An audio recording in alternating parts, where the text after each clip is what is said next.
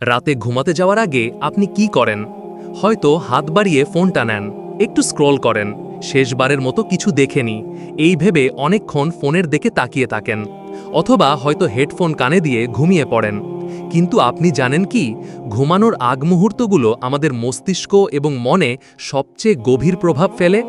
ঘুমের আগ মুহূর্তে শোনা, দেখা কিংবা বলা কোনো কথা স্থায়ী স্মৃতি হয়ে আমাদের মস্তিষ্কে থেকে যায়।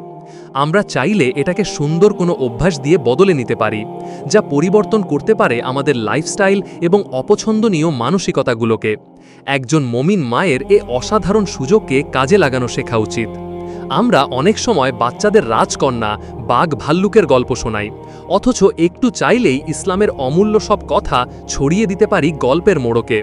সন্তানকে ঘুমের আগে যদি শোনানো যায় কোনো ইসলামিক গল্প, যেখানে থাকবে সাহাবীদের বীরত্ব, নবীজির দয়ার কথা, জান্নাতের সৌন্দর্য কিংবা গুনাহের ভয়, তবে শিশুর কচি মনে এসব গল্প এমনভাবে গেঁথে যাবে যেটা সে সারা জীবন ভুলতে পারবে না।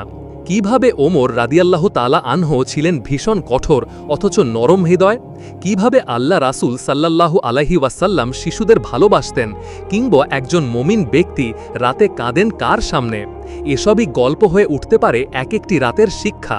আজকের শোনানো প্রতিটি গল্প অনুযায়ী একদিন সে তার চরিত্র গড়ে তুলবে। ভালো মানুষ হয়ে ওঠার পথটা ঠিক এভাবে হওয়া উচিত। শুধু সন্তান নয়, আপনি যদি একজন মেয়ে হন তাহলে আপনার দায়িত্ব আরও বড়। স্বামী, ভাই, বাবা কিংবা কাছের মাহরাম মানুষগুলোকে আপনাকে আল্লাহর পথে ডাকার দায় রয়েছে। তবে সেটা কঠিন ভাষা নয়, কোমল ভালোবাসায়, আবেগ দিয়ে, হৃদয় ছুঁয়ে যাওয়া কথায়। কারণ দাওয়াত মানে তর্ক নয়, বরং ভালোবাসায় মানুষকে আল্লাহর কথা স্মরণ করিয়ে দেওয়া।